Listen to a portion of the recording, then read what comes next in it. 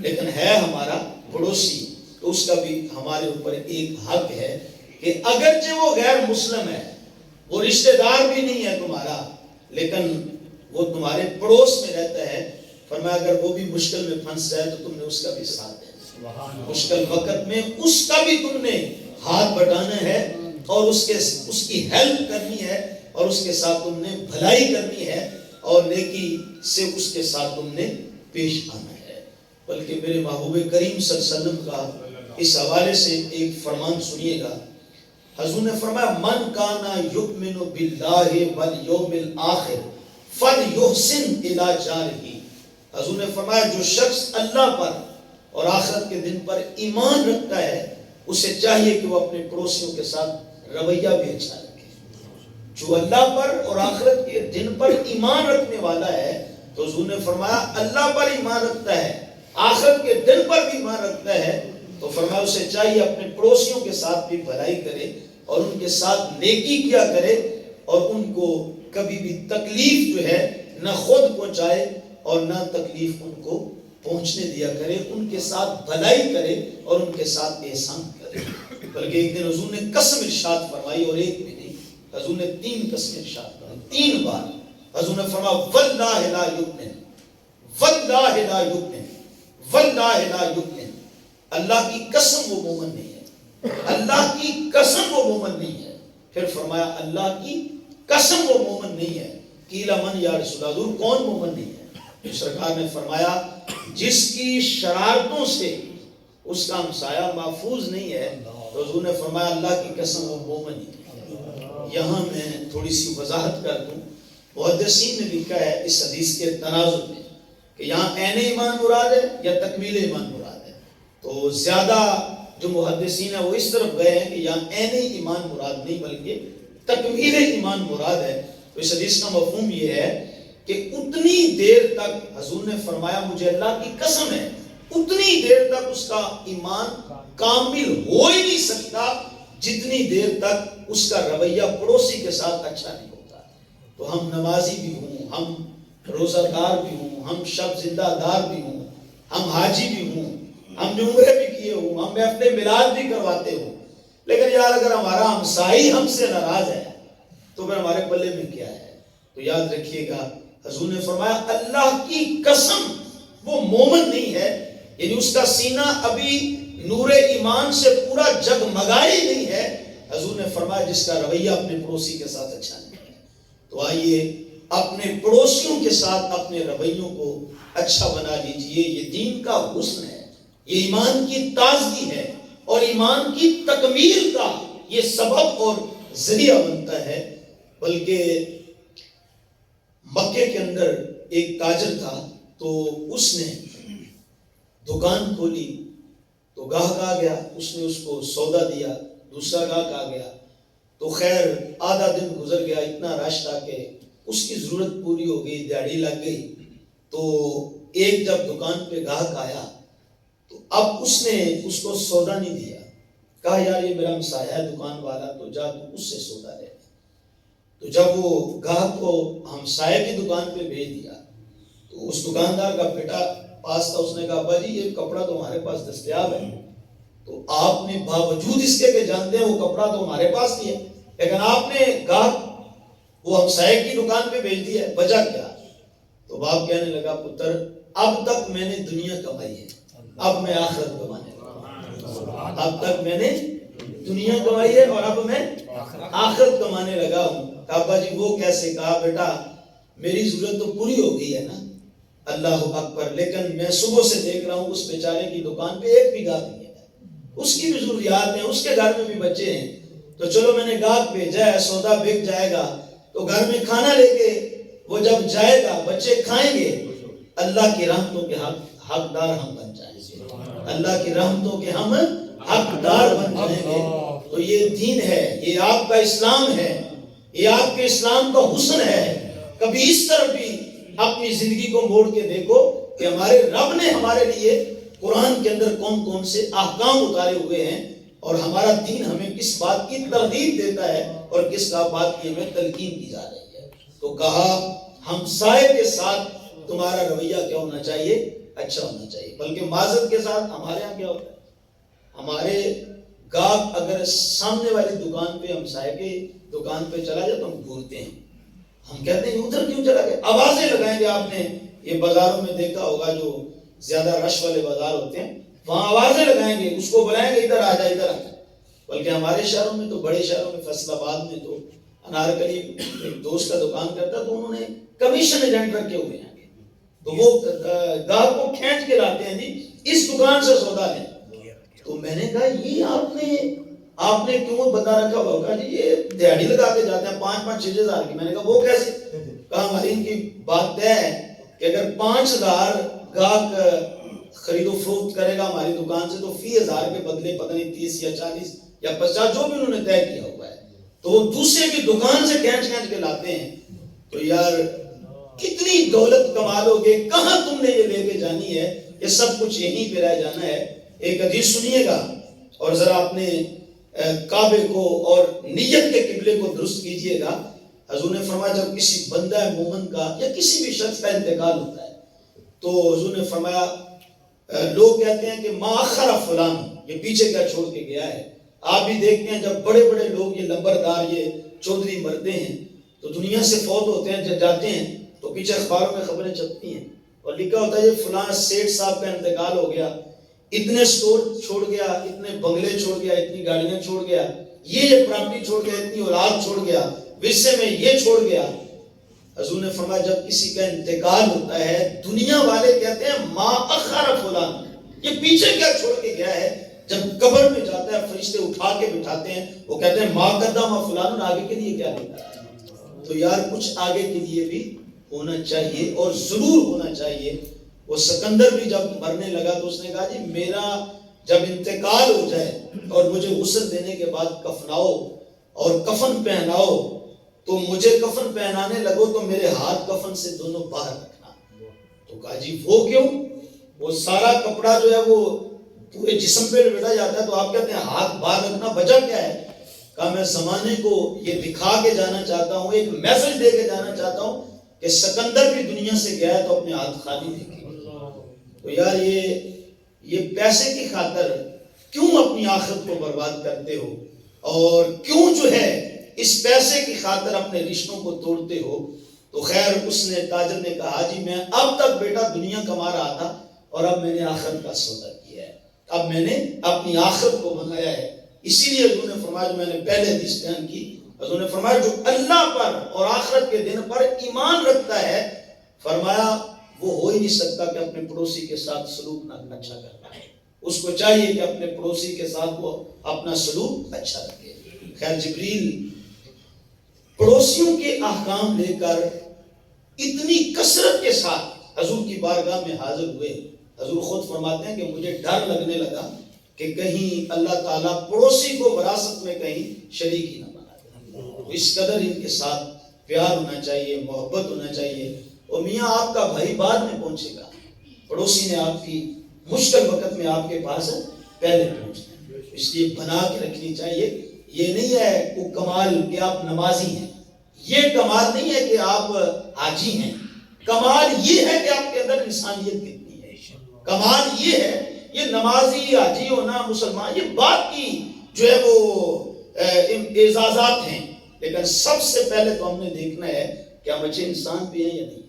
تو اس لیے یہ بات ذہن میں رہے کہ آپ نے ہمسایوں کے ساتھ اپنا سلوک کیا کرنا ہے، اچھا رکھنا ہے. تو کہا والجار ذی القربى والجار الجنب، جو قریبی پڑوسی ہے، جو اجنبی پڑوسی ہے، تو سب کے ساتھ تم نے بھلائی کرنی ہے اور ان کے ساتھ اس نے سلوک سے پیش آنا ہے. اس کے بعد فرمایا والصاحب بالجنب، قربان جائیں. دیکھو اسلام کس قدر خوبصورت دین ہے اور اسلام کے دامن میں گنجائش کتنی ہے اور اسلام کے دامن میں وسعت کتنی ہے. ان الفاظ کا ذرا ترجمہ سنیے. اللہ فرماتا ہے بس صاحب بالجنب. علماء سے پوچھئے اس کا معنی یہ ہے کہ جو چند لمحوں کے لیے آپ کے پاس بیٹھ گیا اس کا بھی آپ کے اوپر حق ہے. اور فرمایا اس کے ساتھ بھی تم نے دغا نہیں کرنا، اس کے ساتھ بھی تم نے فراڈ نہیں کرنا. لیکن ہمیں شرم نہیں آتی، جو بچپن سے لے کے ہمارا دوست ہے ہم اس کو بھی دغا دے دیتے ہیں، ہم اس کو بھی دھوکہ دے دیتے ہیں. جو اسکول میں ہمارے ساتھ پڑھتا رہا، جو 20 سال ہمارے ساتھ کٹھے ایک سب میں کھڑے ہو کر نماز پڑھتا ہے، ہم اس کو بھی دھکا دینے کے لیے شرماتے نہیں۔ لیکن قرآن کیا کہتا ہے؟ وَالصَّاحِبِ بِالْجَنبِ، جو چند لمحے آپ کے پاس بیٹھ گیا ہے، ہم راہی ہے، جس نے آپ کے ساتھ آدھا گھنٹہ بس میں بیٹھ کے سفر کر لیا ہے، یا دفتر میں آپ کا کولیگ آپ کے ساتھ بیٹھتا ہے، مسجد میں کٹھے نماز پڑھتے ہو، تو قرآن کہتا ہے اس کا بھی تمہارے اوپر حق ہے کہ تم نے اس کے ساتھ بھی بھلائی کرنی ہے اور اس کے ساتھ بھی اس نے سلوک سے پیش آنا ہے۔ غور کیجئے، جو پاس چند لمحوں کے لیے بیٹھ جائے، اسلام اس کے بھی حقوق بیان کر رہا ہے، تو ایمان سے بتاؤ اسلام کے دامن میں گنجائش کتنی ہے؟ معذرت کے ساتھ یہ تو ہم نے اپنے رویوں سے، ہم نے اپنی تنگ نظری سے اس اسلام کو محدود کر دیا، وگرنہ جتنا اسلام کشادہ دین ہے، کائنات کے اندر کوئی ایسا دین نہیں ہے جس میں اتنی گنجائش ہو، اتنی وسعت ہو، اور جس کے دامن میں اتنی کشادگی ہو۔ آج مغرب کا مکروہ چہرہ آپ کے سامنے آیا ہوا ہے یا نہیں ہوا؟ یہ وہ لوگ ہیں نا جو دعوے کرتے تھے، جنہوں نے جانوروں، کتوں اور بلیوں پہ تنظیمیں بنائی ہوئی تھی، اور جو تحفظ انسانیت کے علمبردار کہلاتے تھے، اور خواتین کے تحفظ کی باتیں کرتے تھے، بلکہ تحفظ اطفال، بچوں کے تحفظ میں انہوں نے تنظیمیں بنائی ہوئی تھی، لیکن شرم نہیں آ رہی، نہ کسی بوڑھے کو چھوڑ رہے ہیں، نہ کسی خاتون کو معاف کر رہے ہیں، اور نہ کسی دودھ پیتے ہوئے بچے کو چھوڑ رہے ہیں۔ ماؤں کی گودوں سے دودھ پیتے ہوئے بچے کو چھین کے ان کو جو ہے وہ ہلاک کر رہے ہیں، شہید کر رہے ہیں۔ تو یہ وہ لوگ ہیں جو بہت نعرے لگاتے تھے کہ ہمارے پاس تحفظ ہے انسانیت کا، لیکن اب ان کا مکروہ چہرہ سامنے آ گیا۔ لیکن بات یاد رکھیے، اسلام کی اب مطالعہ کیجئے اور اسلام کو دیکھیے۔ میرے حضور کا فرمان سنیے، حضور نے فرمایا اگر تم کسی سے جنگ لڑ رہے ہو اور تلوار ہتھیار تمہارے ہاتھ میں ہے، لڑائی ہو رہی ہے، دوران جنگ کی بات، حضور نے فرمایا خبردار کسی بوڑھے کو قتل نہیں کرنا ہے، فرمایا خبردار کسی عورت کو قتل نہیں کرنا، فرمایا خبردار کسی بچے کو قتل، یار یہ تو انسان رہے۔ میرے حضور کا فرمان ہے اور یہ اسلام کا دیا وہ مزاج ہے، سمجھو۔ حضور نے فرمایا خبردار اس علاقے کی فصلوں کو بھی تم نے تباہ نہیں کرنا، اس علاقے کی فصلوں کو بھی تم نے تباہ۔ یار جو اتنا خوبصورت مذہب ہے، ٹھیک ہے، کہ جو فصلوں کو بھی تباہ کرنے کی اجازت نہیں دیتا، اس اسلام کے دامن میں انسانیت کا کتنا وقار ہوگا، اس اسلام کے دامن کے اندر انسانیت کو کس قدر جو ہے پذیرائی اس نے دی ہوگی۔ تو یاد رکھیے یہ زمانے کو اب ہمیں بتانا ہوگا کہ میاں جس دین کی تم باتیں کرتے ہو وہ دین ہم نے دیکھ لیا، لیکن ہم جس دین کے ماننے والے ہیں آؤ تمہیں بتائیں، اسلام کوئی تنگ نظر دین نہیں ہے، اسلام کے دامن میں اتنی گنجائش ہے، اتنی وسعت ہے، اتنی کشادگی ہے کہ دنیا کے کسی دین کے اندر اتنی کشادگی اور وسعت نہیں ہے۔ تو کہا کہ وَالصَّاحِبِ بِالْجَنبِ، جو تمہارے ساتھ بیٹھ گیا اس کا بھی تمہارے اوپر حق ہے کہ اس کے ساتھ بھی تم نے فراڈ نہیں کرنا، بلکہ اس کے ساتھ تم نے بھلائی کرنی ہے اور اس نے سلوک سے پیش آنا ہے اور اس کے ساتھ تم نے نیکی کرنی ہے۔ بات لمبی ہو گئی، میں اختصار کرتا ہوں۔ آگے فرمایا کہ وابن السبیل، جو مسافر ہیں ان کے ساتھ بھی تم نے کیا کرنا ہے؟ بھلائی کرنی ہے۔ کوئی مسافر آ گیا، حضور کا ایک فرمان ہے، اس کا مفہوم عرض کر رہا ہوں۔ حضور نے فرمایا اگر کوئی مانگنے والا گھوڑی پہ سوار ہو کے بھی آئے، اچھی پوشاک زیب تن کیے ہوئے، وہ آ کے سوال کرے تو جو بن پڑے اس کو بھی خالی نہ ہونا، اس کو بھی دے دو۔ پتہ نہیں وہ کس مجبوری میں آپ کے پاس آئے۔ اور پھر میں کہا کرتا ہوں یار جو آپ کے پاس آ کے یوں ہاتھ پھیلا لے تو اللہ کا شکر ادا کرنا تو بنتا ہے نا۔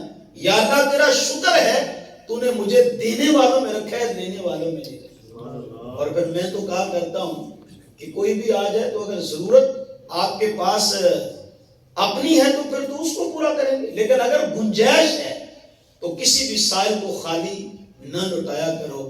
یہ کیسے لوگ ہوتے ہیں، آپ 10 روپے یا 50 روپے دے دیں تو یقین جانے اگلی چوک تک پہنچتے تک آپ کو دعائیں دیتے جاتے ہیں۔ وہ ایک نے کہا تھا نا کہ میں فقیروں سے ہی کرتا ہوں تجارت اکثر، میں فقیروں سے ہی کرتا ہوں تجارت اکثر، جو ایک پیسے میں لاکھوں کی دعا دیتے ہیں۔ اتنا سستا کوئی آپ کو فقیر ملے گا؟ مولوی صاحب سے دعا کرانی معذرت کے ساتھ تو پہلے خدمت کرنی پڑتی ہے نا. پیروں سے بھی دعا کروانی ہے تو پیر کہتے ہیں چلو پہلے وظیفہ تو کرنا بعد میں دعا بھی کریں گے. کوئی نظر نیاز دینا پڑتا ہے. یہ کیسے لوگ ہیں؟ اللہ اکبر. آپ 10 روپیہ دیں گے آپ کو لاکھوں کی دعا دے جائیں گے. اور پھر اللہ کا شکر ادا کرنا چاہیے. اللہ تعالیٰ نے لینے والوں میں نہیں رکھا بلکہ اللہ تعالیٰ نے دینے والوں میں رکھا ہے. تو کہا کہ وابن السبیل جو مسافر ہیں ان کے ساتھ بھی بھلائی کرو، ان کے ساتھ بھی نیکی کیا کرو. اس کے بعد فرمایا وما ملکت ایمانکم، اور جو تمہارے ماتحت ہیں. مانا تو یہ جو تمہاری ملکیت ہے، لیکن اب وہ غلامی والا کنسپٹ ختم ہو گیا. یہ میرے مصطفیٰ کے جوڑوں کا صدقہ ہے. حضور جب نہیں آئے تھے تو غلامانہ زندگی ہوتی تھی. میرے مصطفیٰ جب آ گئے تو سرکار نے آتی غلامی کی زنجیروں کو توڑ کے رکھا. اب کوئی کسی کا غلام نہیں ہے اسلام کے دامن میں. اب وہ غلام ختم ہو گئے. لیکن اس کا معنی یہ ہے، مفسرین کرام نے لکھا کہ جو تمہارے ماتحت ہیں، جو تمہارے ملازمین ہیں، تمہارے نوکر ہیں، تمہارے خدام ہیں، فرمایا ان کے ساتھ بھلائی کیا کرو اور ان کے ساتھ حسن سلوک سے جو ہے وہ پیش آیا کرو. میں اور آپ ذرا غور کریں، آج ہمارا رویہ جو اپنے سکے بیٹے کے ساتھ ہوتا ہے کیا وہ ملازم کے ساتھ ہوتا ہے؟ سکے بیٹے سے گلاس ٹوٹ جائے تو ہم پہلے یہ پوچھتے ہیں ادھر چوٹ تو نہیں لگی، کہیں خون تو نہیں بہ رہا، کاش تو نہیں لگ گیا. لیکن وہی گلاس اگر نوکر سے ملازم سے ٹوٹ جائے تو یار 50-100 روپے کا گلاس ہی ٹوٹا نا، کون سی قیامت آ گئی ہے. لیکن ہم پہلے پوچھتے ہیں تیری تنہا سے اس کو پورا کریں گے. تو میرے رب نے فرمایا او ما ملکت ایمانکم وما ملکت ایمانکم، جو تمہارے ماتحت ہیں اس کے بارے ان کے ساتھ تم نے بھلائی کرنی ہے اور ان کے ساتھ اس نے سلوک سے تم نے پیش آنا ہے. حضور ظاہری حیات طیبہ کے جب آخری ایام تھے تو حضور نے جس بات پہ سب سے زیادہ زور دیا تو وہ یہی تھی.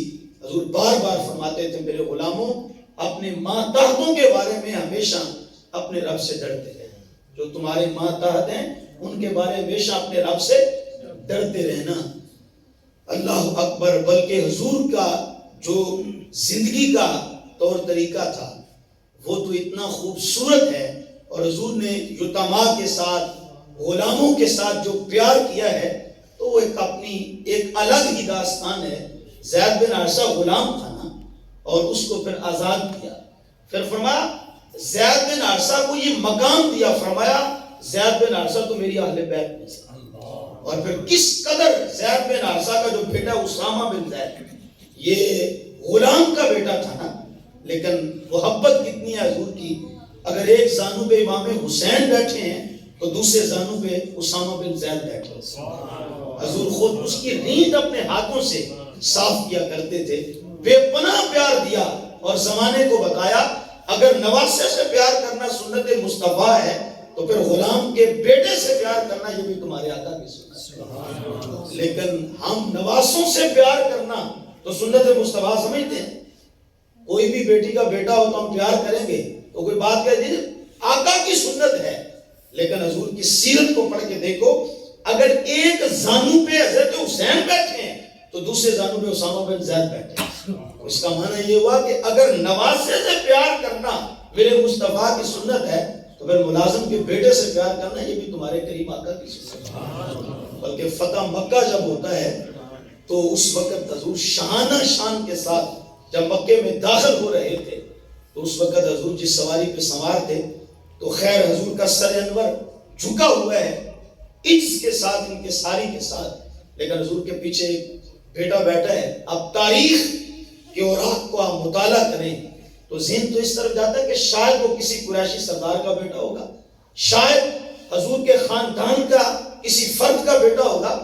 لیکن جب تاریخ کے اوراق کے جھرونکوں میں اتر کر دیکھیں تو ہمیں یہ جواب ملتا ہے کہ وہ کسی قریشی سردار کا بیٹا نہیں ہے، حضور کے خاندان میں سے کسی کا بیٹا نہیں ہے، حضور کا اپنا نواسا نہیں ہے، بلکہ حضور کے ساتھ جو فتح مکہ کے دن شان و شوکت والے دن جو حضور کے ساتھ بیٹھا ہے زید بن حارثہ کا بیٹا اسامہ بن زید بیٹھا. سبحان اللہ. تو یہ حضور جان رحمت صلی اللہ علیہ وسلم کی محبت ہے اپنے ماتحتوں کے ساتھ.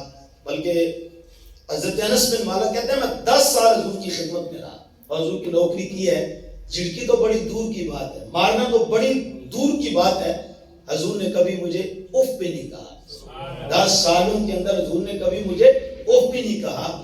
بلکہ کہتے ہیں ایک دن میں گھر میں کام کاج کر رہا تھا تو میرے ہاتھ سے برتن گرا, تو وہ مٹی کے برتن ہوتے تھے, ٹوٹ گیا. تو کہتے ہیں کہ میں سہما کھڑا تھا اور حضور کی زوجہ گھر میں تھی, وہ مجھے کچھ کہنے والی تھی, تو اتنے میں میری سرکار گھر میں تشریف. ہم بچپنے سے گزرے ہیں, آپ بھی ظاہر ہے بچپنے سے گزر کے یہاں تک آئے ہیں. کبھی چھوٹے ہوتے تو کوئی شرارت ہو جاتی, کوئی غلطی ملتی ہو جاتی, تو پھر اگر والد ڈانٹنے لگ رہا تو دل میں خیال آتا جلدی جلدی امی پاس آ جائے, اور اگر امی ڈانٹنے لگتی تو خیال آتا کبھی ابو آ جائے نا, تو یا دادی آ جائے نا, جلدی جلدی تمہاری جان چھوٹ جائے. تو انس کہتے ہیں میں سہما کھڑا تھا, پریشان کھڑا تھا, اب کیا بنے گا. کہتے ہیں میرے بخت سولے اتنے میں سرکار گھر میں تشریف. کہتے ہیں جب حضور نے مجھے دیکھا اور برتن سامنے ٹوٹا پڑا ہے, میں ادھر سہما کھڑا ہوں, اور سامنے حضور نے اپنی زوجہ کو جب دیکھا تو ان کے تیور ذرا سخت تھے, تو غصے میں تھی, تو حضور نے منظر کو بھانپ لیا, اور سرکار نے پھر خود ہی اپنی زوجہ سے مخاطبہ کیا, اور حضور نے فرمایا خبردار میرے انس کو کچھ نہ کہنا, یہ انس کا قصور نہیں ہے جو برتن ٹوٹا ہے, بلکہ اس برتن کی عمر ہی تھی, اس برتن کی عمر ہی اتنی تھی. تیری سیرت تیری صورت زمانے سے نرالی ہے, تیری ہر ہر ادا پیارے ادائے بھی مثالے صلی اللہ علیہ وسلم. بات لمبی ہو گئی, آؤ اختتام کرنا چاہتا ہوں. حمیز کر رہا تھا, فرمایا وما ملکت ایمانکم, جو تمہاری ماں تحت ہیں ان کے ساتھ بھی تم نے اچھائی والا معاملہ کرنا ہے, اور بھلائی والا تم نے ان کے ساتھ معاملہ کرنا ہے. حضور گزر رہے تھے تو ایک آقا تھا, وہ اپنے غلام کو مار رہا تھا چھڑی کے ساتھ. تو سرکار جب پاس سے گزرے تو اس کو ڈانٹا نہیں ہے, اس کو کچھ بھی نہیں کہا, صرف ایک جملہ بولا. حضور گزر رہے تھے, جب دیکھا کہ وہ اپنے غلام کو آقا جو ہے وہ مار رہا ہے, حضور نے بس اتنا کہا کہ جس طرح تو اس کا آقا ہے اور یہ تیرا غلام ہے, اس طرح تیرا بھی کوئی آقا ہے اور تو بھی کسی کا غلام. اچھا اس نے یہ جملہ سنا تو چھڑی پھینک دی. تو عرض کرتا بندہ نواز آپ کیا چاہتے ہیں؟ تو حضور نے فرمایا میں اتنا کہوں گا کہ تیرا غلام ہے, اگر تو اسے معاف کرے گا تو تو اس کا غلام ہے, وہ تجھے معاف کرو مہربانی تو اہل زمین پر, خدا مہربان خدا عرش بری پر. تو اس لیے یہ جو اپنی ماتحت ہیں ملازمین ہیں, یار یہ بھی تو انسان کے بچے ہوتے ہیں, یہ کوئی جانور تھوڑے ہوتے ہیں, یا جنگلوں سے تو نہیں آئے ہوتے, ان کا بھی ایک زندگی کا اپنا ایک سٹائل ہوتا ہے جینے کا. تو اس لیے ان کی بھی زندگی ہے, ان کے بھی جو ہے وہ لاڈ ہوتے ہیں, ان کا بھی پیار ہوتا ہے. تو چلو ان کی مجبوری جو ہے, گھر کا چولہا جلتا نہیں تھا تو ان کی مجبوری آپ کے دروازے تک اس کو لے آئی ہے, لیکن اس کا معاملہ یہ نہیں ہے کہ آپ اس کو انسانوں کی طرح رکھیں نہ, جانوروں سے بھی بدتر ان سے سلوک کریں. قرآن ہے, اللہ فرماتا ہے وما ملکت ایمانکم, جو تمہارے ماں تحت ہیں ان کے بارے تم نے خدا سے کیا کرنا ہے, ڈرنا بھی ہے, ان کے ساتھ تم نے نیکی اور بھلائی کے ساتھ پیش آنا ہے. ان اللہ لا یحب من کان مختالا فخورا. اس پہ بھی میں چاہ تو رہا تھا کچھ عرض کرتا, لیکن بات اب ختم کرتا ہوں, بہت زیادہ وقت بیت گیا. تو فرمایا بے شک اللہ اکڑنے والے کو, اترانے والے کو اور فخر کرنے والے کو, تکبر کرنے والے کو اللہ تعالیٰ پسند نہیں کرتا. بلکہ وہاں تو عالم یہ ہے من تواضع للہ فقط رفعہ اللہ. حضور نے فرمایا جو اللہ کی بارگاہ میں تواضع لے کر آتا ہے فقط رفعہ اللہ, اللہ اس کو اتنا بلند کر دیتا ہے. ہمارے بزرگ فرماتے ہیں کہ جس شاخ پہ پھل ہوتا ہے اس میں اٹھان نہیں ہوتی, اس میں جھکا ہوتا ہے. اور اقبال نے بھی کہا تھا مٹا دے اپنی ہستی کو اگر کچھ مرتبہ چاہے, دانا خاک میں مل کر, پہلے خاک میں جانا پڑتا ہے نا, پھر دانے کو بھی مٹی ہونا پڑتا ہے, پھر جب دانا مٹی میں مل کر مٹی ہو جاتا ہے تو پھر پورا کھیت آپ کی نظروں کے سامنے ہوتا ہے. تو اقبال کہتا ہے کہ مٹا دے اپنی ہستی کو اگر کچھ مرتبہ چاہے, دانا خاک میں مل کر ہی گلو گلزار ہوتا ہے. اللہ مجھے آپ سب کو اپنی رحمتوں کرم نوازیوں کے حصار میں رکھے. میرے میزبان عالی مرتبت ڈاکٹر اویس پراچا صاحب اور ان کے جتنے بھی رفقا, پوری ٹیم ہیں جو اس درس قرآن کے معاونین ہیں یا آپ محبت کے ساتھ سننے آتے ہیں, اور جتنے علماء تشریف لاتے ہیں, یہ سب ہمارے سروں کا تاج ہے. ان کا قیمتی وقت ہوتا ہے, لیکن اس کے باوجود ان کی شفقتیں ہیں، محبتیں ہیں جو یہ تشریف لاتے ہیں